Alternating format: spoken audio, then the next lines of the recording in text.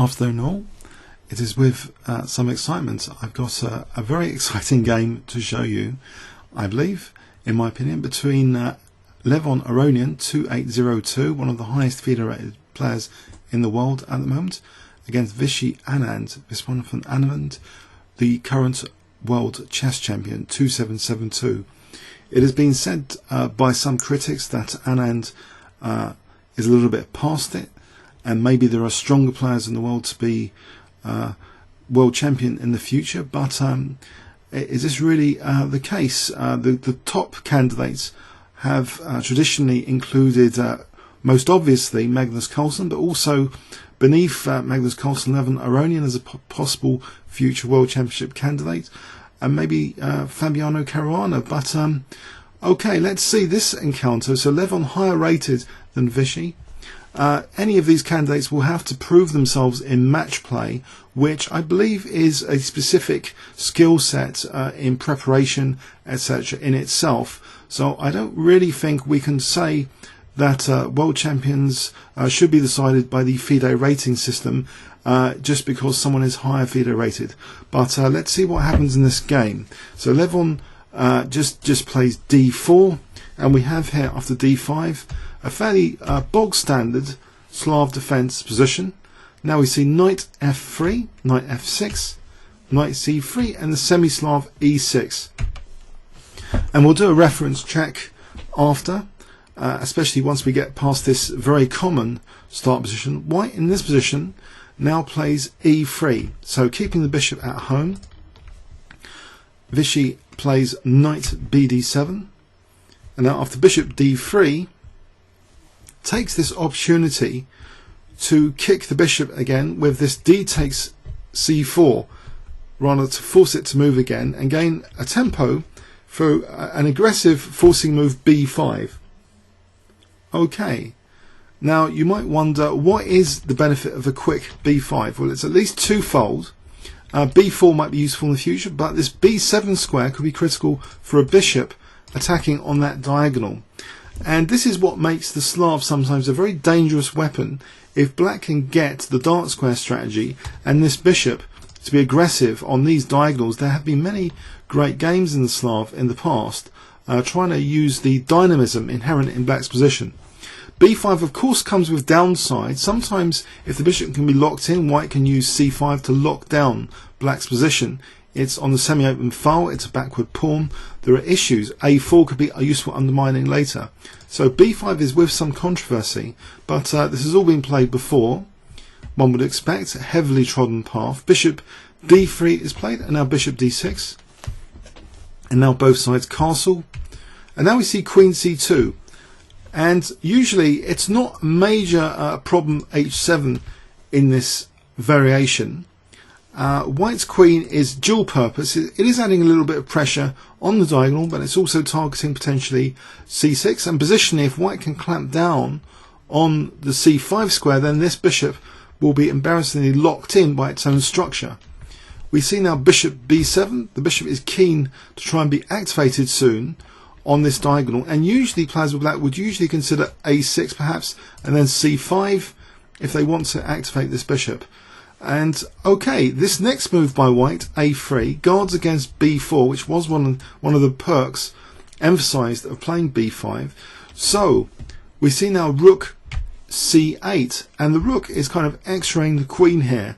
So c5 could have some tactical points associated with a potential pin on this knight. And now I think this is a slightly unusual move which Levon plays in this position. The move is knight g5. Now I guess both players are influenced by technical preparation with engines nowadays. This might have been a prepared idea. It's not only attacking the h7 pawn, the knight can usefully come back and maybe help down lock the c5 square, which would lock down this bishop. So positionally it's got a motive as well as just tactically for the h7 pawn. And interestingly, it provokes Vishy into a very dynamic response indeed. How many of us would be worried by the h7 pawn or at least maybe allow black to get the knight back and then try and play for a6 and c5? Or would you be worried about white clamping down with b4 in this kind of scenario? You see, b4, and that's another perk of playing a3, that the b7 bishop could be really locked down, and white just clamping on c5 could be actually positionally quite painful for black here. I wonder what you would play with black in this position if I gave you 10 seconds starting from now. You might want to pause the video. My clue to you would be liberate your pieces. So if I give you that clue and give you 10 seconds, what would you play in this position?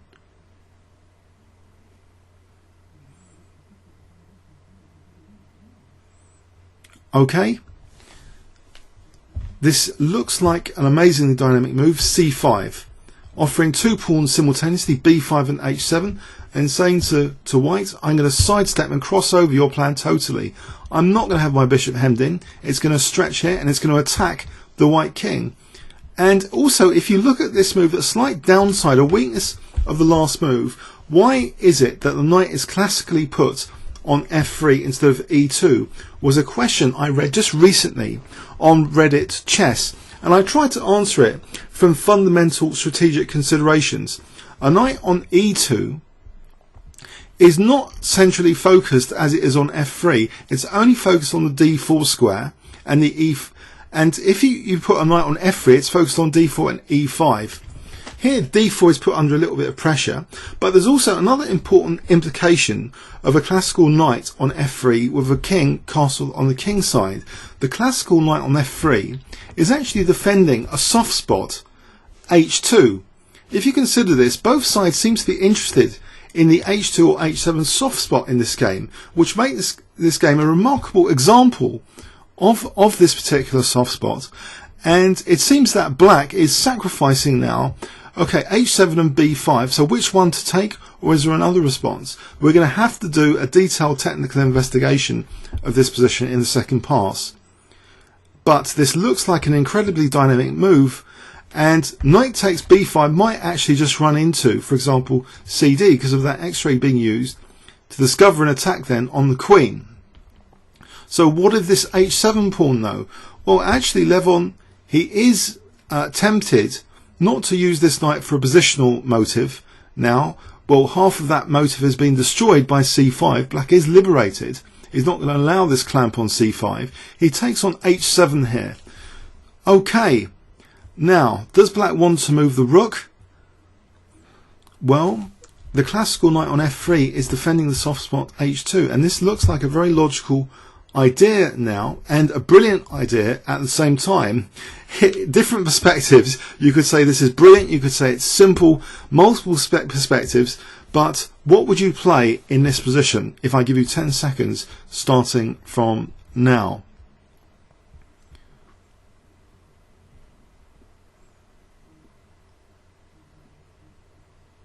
Okay, knight g4. Just hitting that soft spot. If the rook is taken, it looks like just a primitive idea, just taking, and then queen h4 looks exceptionally dangerous.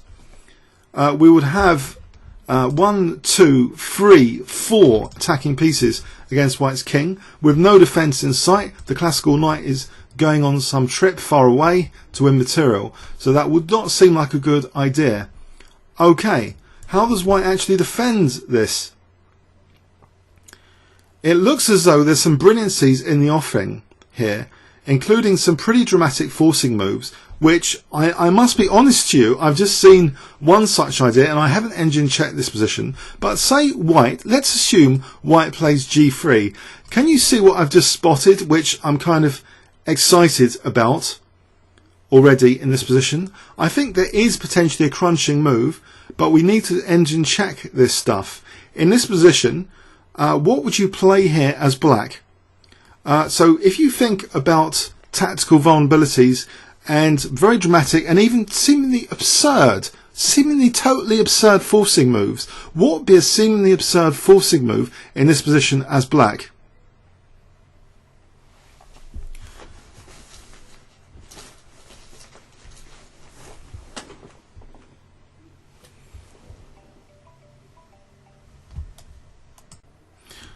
Okay, the move that shocks me, if this really does work in this position, is Queen H4.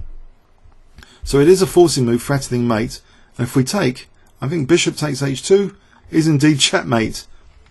So this looks like a very, very serious threat beneath the surface here, which might have been a reason for white being very cautious about, in particular, this diagonal and trying to do something about the soft spot H2.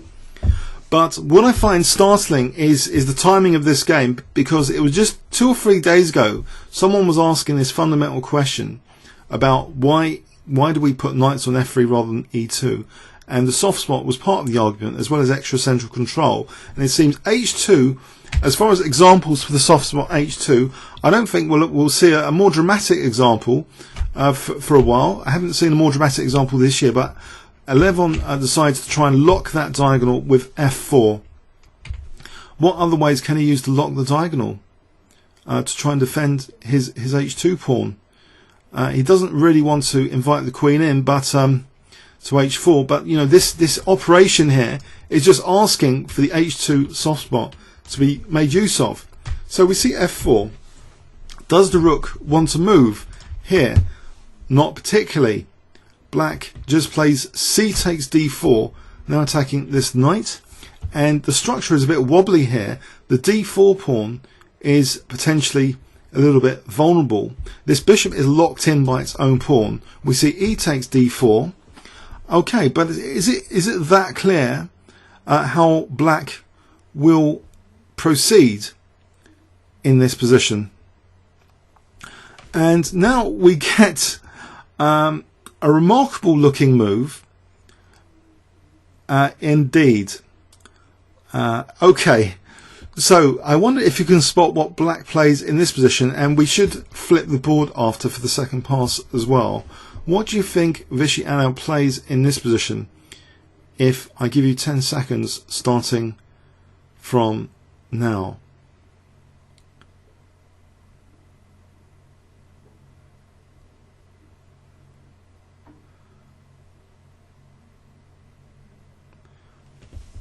Okay, he plays the move bishop c5.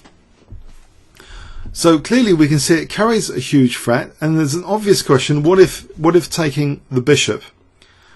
And we're going to have to check this out in the second pass. Really, it looks as though there's a number of interesting alternatives in this position. In particular, knight takes c5 or queen h4 stand out, but okay. The response from Levon didn't seem that inspiring here. He played the move bishop e2. Okay, inviting bishop takes d4 check.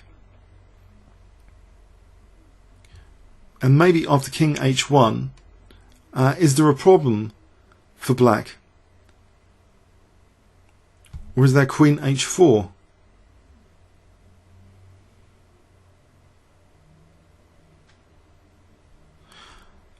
It looks incredibly strange, this position, as though the game score's wrong, because now, instead of even bishop takes d4 check, it looks as though this next move was played, knight d e5. And I'm starting to disbelieve the whole game score as well now. What is going on? This knight supported, it can't be taken because of the pin. Can this take here, or is there a queen d4, or is there a queen h4? On queen h4, bishop g4, knight g4, we've got a persistent attack going on here. Okay, in this position, Levon plays bishop takes g4, allowing bishop takes d4 check. After king h1, knight takes g4. So quite a lot of threats here. And finally this rook is taken. Okay, and white is actually threatening queen h7. So queen h4 can be answered by queen h7 check. That pesky knight on f8 is going to stop the routine queen h4. So this next move, it looks amazing in concept, just allowing a whole rook to be munched, but black wants to make queen h4 more effective in this position. without being annoyed by Queen H7. So guess what black plays in this position? If I give you 10 seconds starting from now.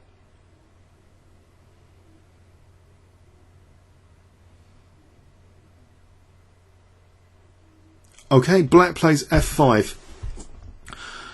I'm still in slight disbelief about the whole game score, to be honest, and when we do a more technical investigation in the second pass, then I hope some of the mysteries around this game are going to be resolved here. So at the moment, Queen H4 is a major threat, and it seems White's next move is against that, with Knight G6 to stop Queen H4. But then we just see Queen F6. Black is taking his time. He's attacking that knight clearly, and the attack's going to be carrying on here soon. White now plays H3, and now we see Queen takes G6. Of course, we can't take it. I think we're going to just get mated with Queen H6 or anywhere on the H file. This bishop's stopping the king coming out. We see Queen E2. Queen H5 now carries a very, very serious threat. Queen takes H3 because of this pin. Queen D3. It's as though Aronian. I've never seen such a horrific game. If this game isn't a misprint, I've never seen such an Aronian disaster game ever. He's supposed to be 2800 FIDE, and it just shows the great dynamism of chess that this can happen to someone. That in this position, black finishes off with an absolutely crushing line blocking move. That's the clue, a line blocking move, because White's holding on by the skin of his teeth to that H3 because of this enormous pin on G2. So can you see what black played in this position to try and make Queen takes H3 more effective in effect? If I give you 10 seconds here, black to play.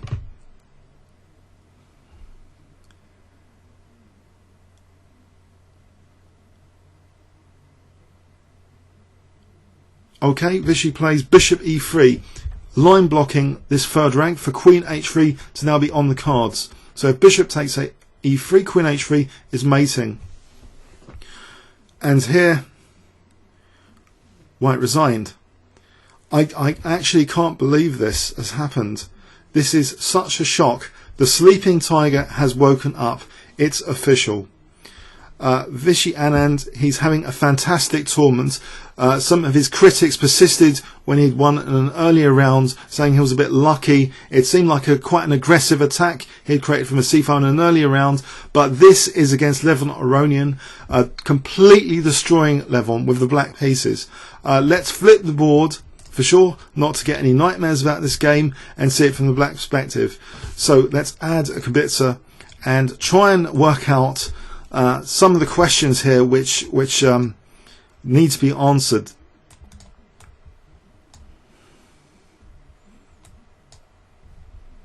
Okay, so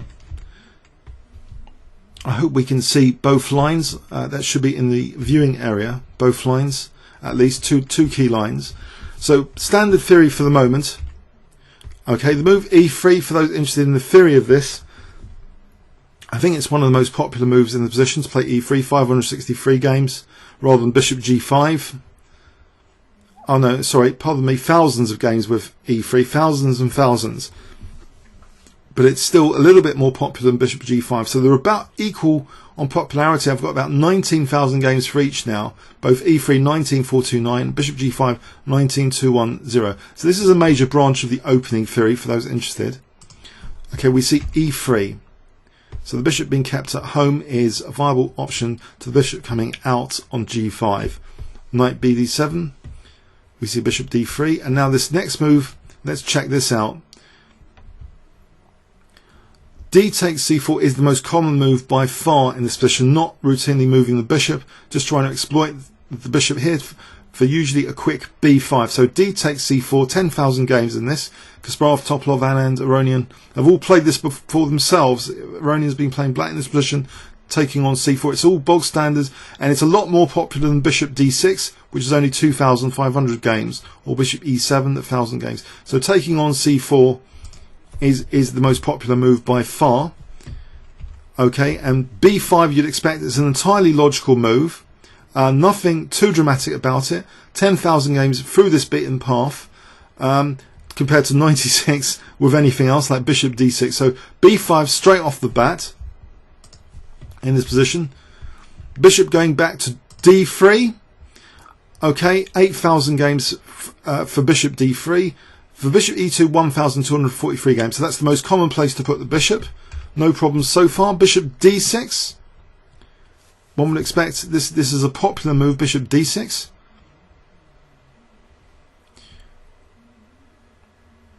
No, actually it's not, interestingly. The most common move in this position on move 8 is apparently a6 with 3,711 games, followed by bishop b7, 3,200 games, b4, 782. Bishop d6, a rarer bird. It's been played by Aronian himself, as well as Anand, Kxh2. So both players have played this move, bishop d6. It's been played 490 times on this database, on my local database here of key games. Okay, so bishop d6. Now white castled here. Is that the standard move? It seems to be the most trodden path to castle rather than e4. e4 46 games, castling 350 games. Black classing in return. Often both sides castle one after each other in a lot of games. Black castling is the most popular move, not bishop b7. That's 42 games, but castling 362. Queen c2. Okay, the most common move here apparently is e4 with 98 games. Slightly less common is queen c2, still quite popular with 66 games. Topalov, Anand has played queen c2 here in this position. Kopian, Anjanov. For e4, exponents includes Vidler, Van Welly, Tomaszki. So, okay, it's still all a very beaten path with queen c2. Now, bishop b7. Are we deviating yet from the main beaten path? No, this is the most common move in the position. Kramnik, Aronian, Kxh2 have all played it before. Bishop b7. So, standard position. a3. The move a3 is one of the most common. e4 is also common. 115 for a3, about the same for e4 here. Looks entirely logical. Now the move rook c8. Is this starting to be a novelty? Yes, it is. In this position, rook c8 is slightly unusual. The most usual move is a6. 45 games. a5, 34 games. Queen e7, 34 games. The move rook ac8 has been played 14 times before, including Flipov and Sedlak have played this move rook ac8. An interesting move, and it provokes a very interesting response. Knight g5.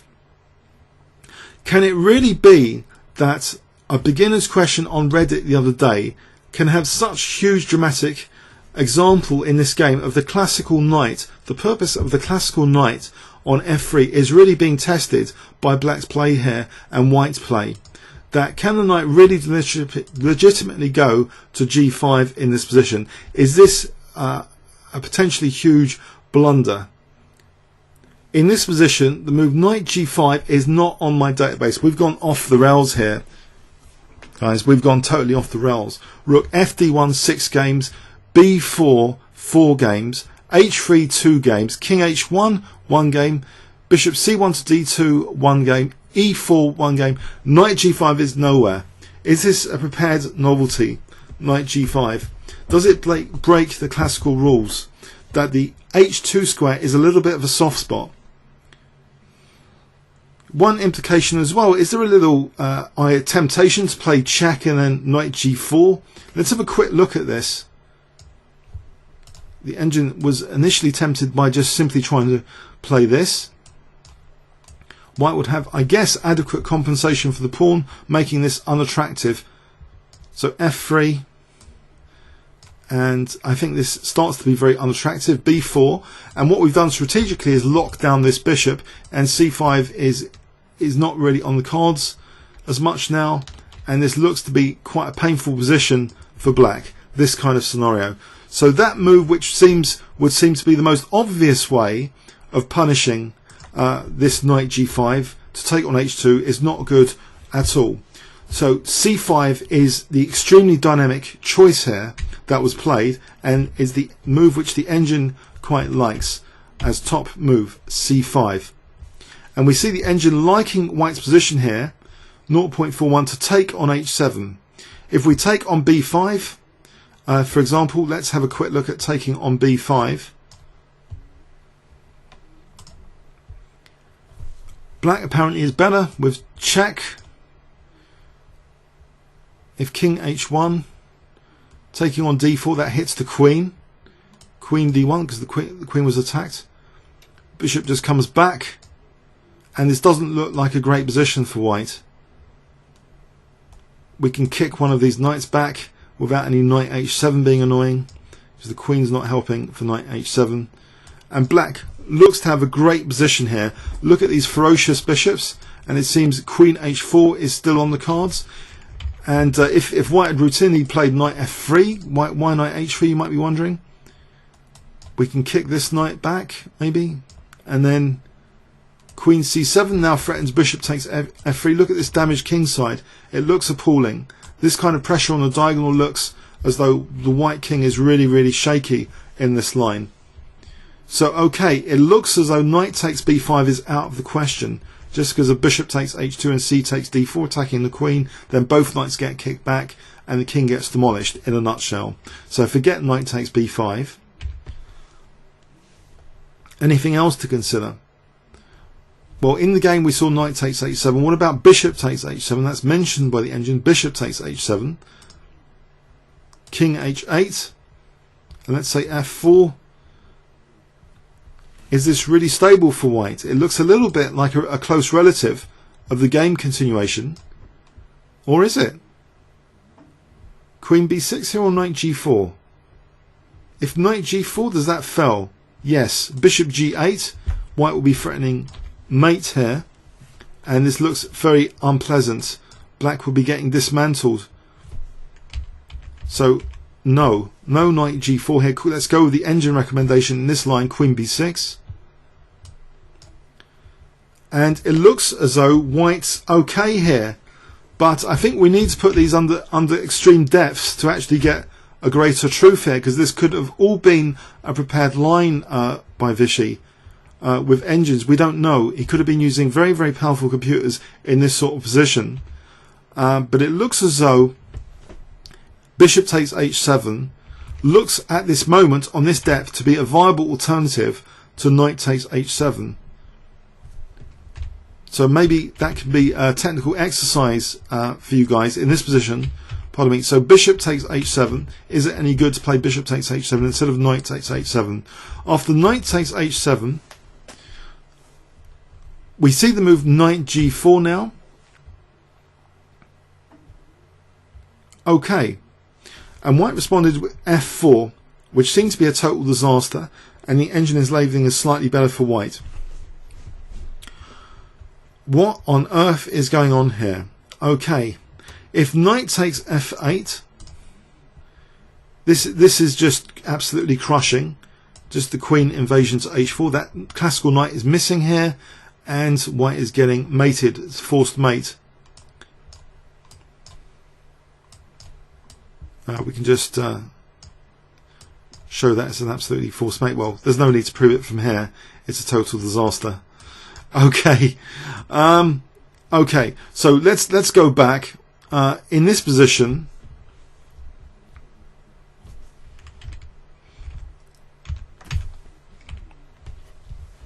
so we're saying in this position f4, sorry, h3 we've mentioned here as a possibility for white.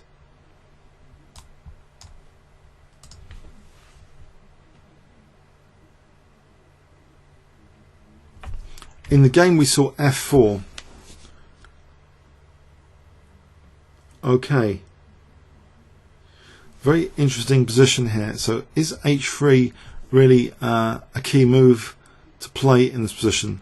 It reminds me a bit of the classic game Capablanca against Marshall, where I think there was a sort of calm h3 move, if I'm not mistaken, and Marshall's attack was eventually neutralized with great resourcefulness. Here it's allowing as though these very strong attacking moves like queen h4 and let's say f4 here. Is this at all similar to the game, or is it too much of a distant relative? Knight takes f8, for example. It's not entirely clear that it looks at all like the game, in fact. It looks like a dangerous attack. But at this depth, the engine seems to like white. So what happened after knight g4, which was so disastrous? Is this the point where f4 is actually a total disaster? It's mentioned here, and now the evaluations come down on it at this depth, that f4 there's a problem with it. So f4 is what it was played. Black is fretting. Let's do a fret analysis on g3 just to emphasize if my intuition was right or not. Is there no threat of queen h4?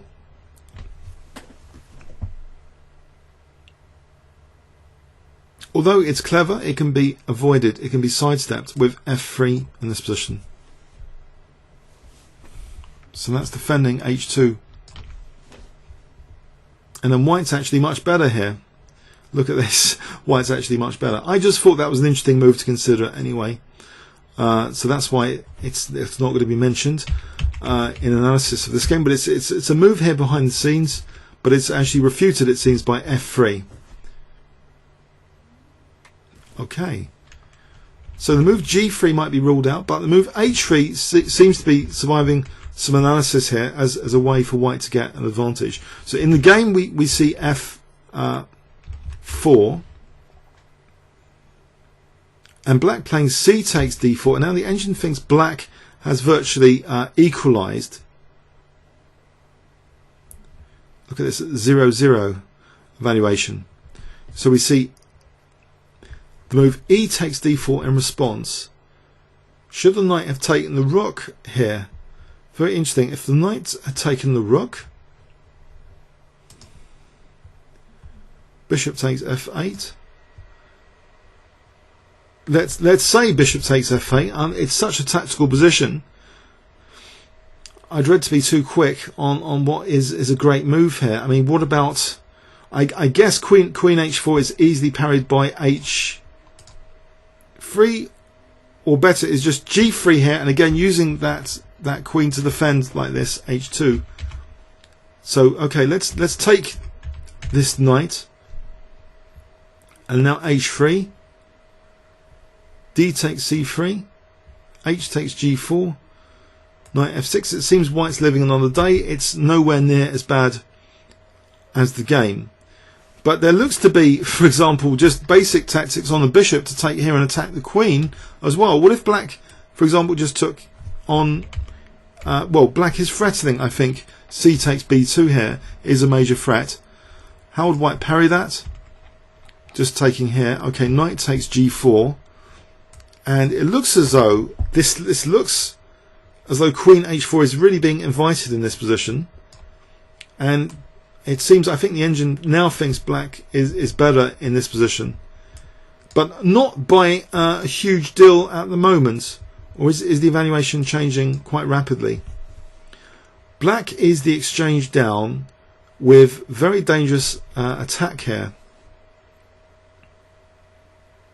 Very interesting position. That bishop e4 actually locks down the bishop on c1 and locks down white's pawn structure.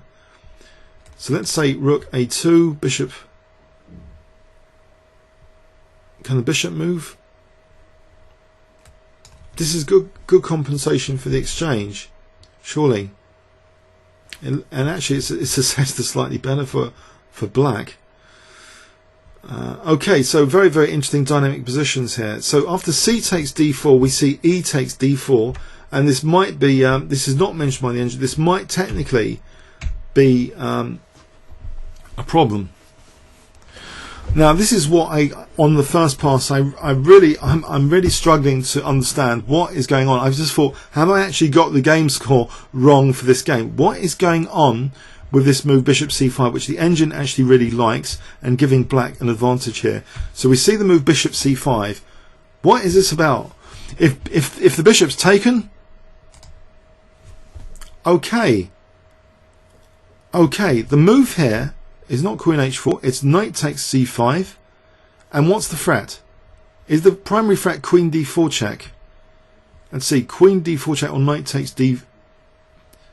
Well, that bishop, what does actually white do here? So say knight takes f8 as an example. Knight takes d3, h3, queen d4 check, king h1, knight df2 check. Let's go with this. And black is okay here. Black's doing okay. So maybe Levon wanted to avoid that scenario. Why can't he just move the bishop? Let's ask a sane question. Or try and ask a sane question in an insane position. So check king h1. Oh dear. Even though the queen's not coming to h4, we've got quite a few attacking pieces here, 1, 2, 3 in particular, against the white king, and it seems knight f2 is leading to a beginner smothered mate if king g1. So if king g1 we have the beginner smothered mate kind of thing to avoid, which many of us are aware of.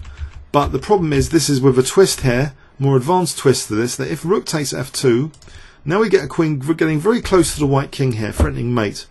And there's a nasty pin on the bishop. This bishop can't move because of that queen. And it's actually a forced mate in 4, this position.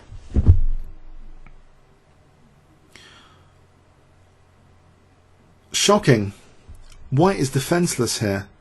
In this position, white is defenseless, it seems. There's just ridiculous ways to delay being mated. On top of g2, even queen e1 is threatened here because these guys are not even out of the box in this position. Even the back row's weak. So this is unbelievable. This move bishop c5, I don't know if this is all preparation and stuff, but bishop c5 looks like an absolutely killer move in this position. I've not seen a game where both sides' soft spots are so dramatically exploited, like 2 towels are on the board or something. Two very attacking players are on the board, but it's black which seems to have more force with the bishops visually on the white king than white has, especially this bishop hemmed in by its own pawn. White's pieces against black's king are visually less apparent and vivid than black's. So we see the move bishop e2. And now this other remarkable move, which I really started thinking, have I got the right score for this game? This is slightly embarrassing if I haven't got the right score. Why was this next move played? In this position, for example, why not just bishop takes d4? What we saw in the game was this remarkable looking move, knight de5. Before we get on to that, what if bishop takes d4 check here? So king h1. Why isn't this good for black, just to go all in with the queen here like this? If h3 would play queen h3, why is time for bishop takes g4, queen takes g4, protecting g2 with the queen, knight takes f8, threatening queen h7. Okay. And we also have potential deflections to try and get the queen away from g2, but apparently a good move here is just knight f6. What's the actual threat? The threat here is knight e4. Okay, so what can white do? Let's imagine bishop, for example, bishop d2. Oh, sorry, that's mating. Can't move that bishop. The queen's got to shield g2. Let's imagine queen e2, queen h3.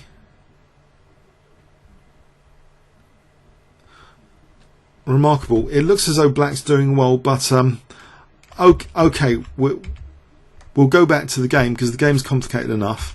In this position, knight de5 was put in favour of bishop takes d4 check. So just to recap that briefly, it seems one of the points is to reinforce this knight with its partner in crime. So knight de5. Okay, clearly it's a rechargeable knight now, and if f takes e, that's a mate in 4 with check and a beautiful little tactic here. Queen g1, that smothered mate theme. Okay, so that's absolutely no good to take like that. Okay, so the knight is helping recharge the other one. What of taking the rook, just out of interest, this knight to try and justify it. That's again a mate in 4. It's too slow. We run into this tactic again, of course. So the threat of the knight de5 is mainly to do with queen takes d4 here. Okay, so we see white playing what seems to be actually the only move in this position. It seems no other move. Knight f6 is like -7. So bishop takes g4, the only move. And we see bishop takes d4 check, king h1. Knight takes g4. Okay. Now, again, knight takes f8 is liked by the engine rather than, say, knight g5.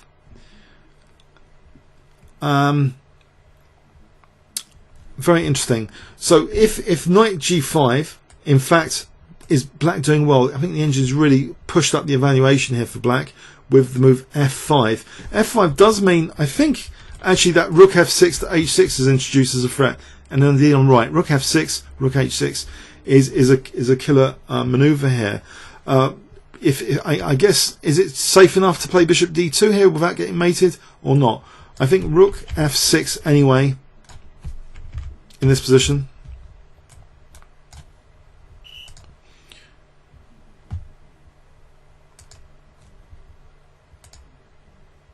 Pardon me. So we're saying knight g5 f5, bishop d2 rook f6. This is quite an onslaught. h3 rook h6.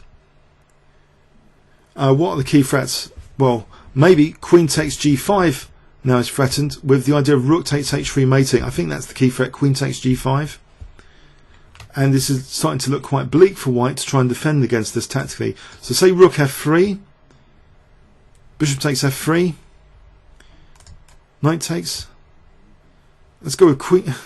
This is getting ridiculous, but queen d5 looks strong tactically, just to put even more pressure on the 7th rank if that's taken. And now the threat, I think, is rook takes h3 here with queen takes f3. And if white takes here, rook takes c2, there's a great deal of pressure on white in this position. If knight takes d4, rook takes d2, and black is material up here, and it shouldn't be a problem. Okay, it's just lots of material up. That looks to be an easy win there.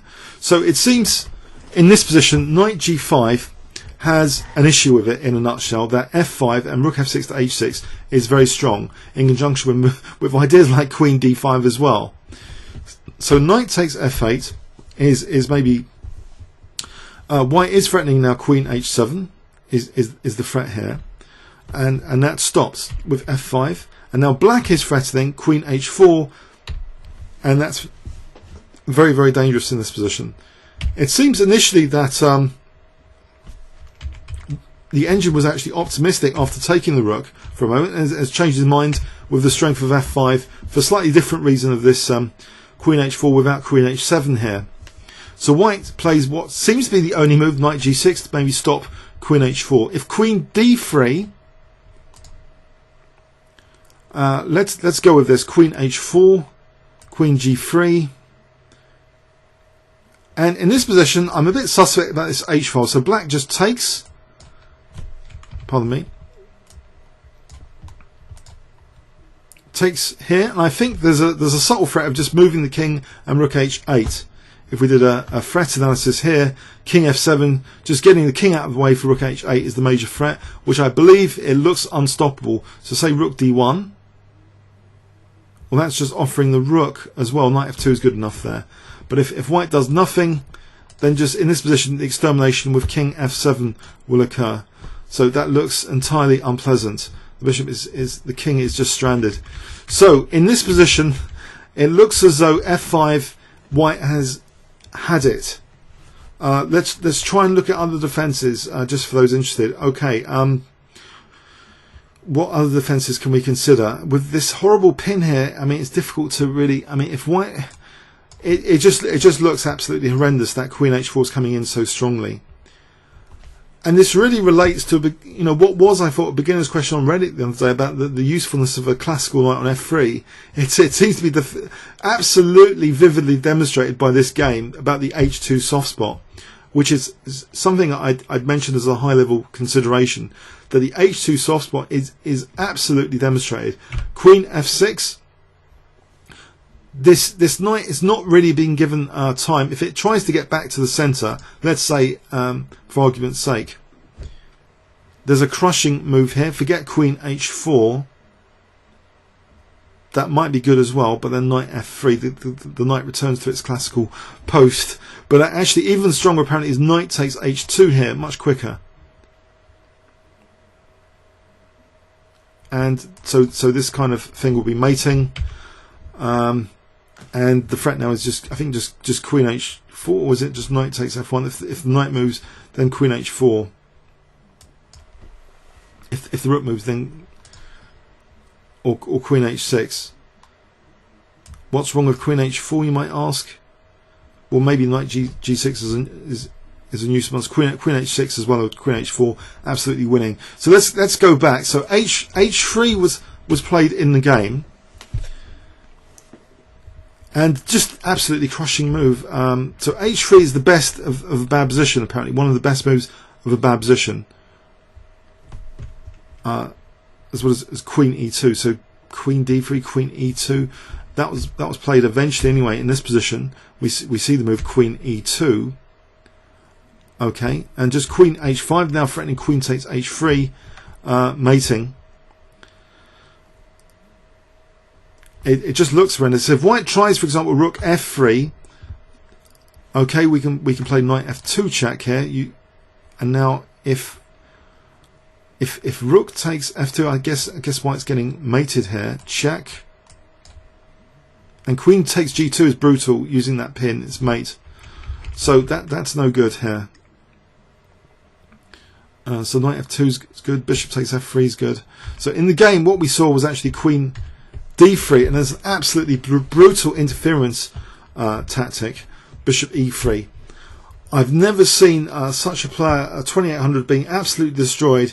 23 moves with the white pieces. As I say, I think it's time to say that the sleeping tiger has woken up. Congratulations to Vishy Anand. What a fantastic creative achievement. Comments or questions on YouTube. Thanks very much.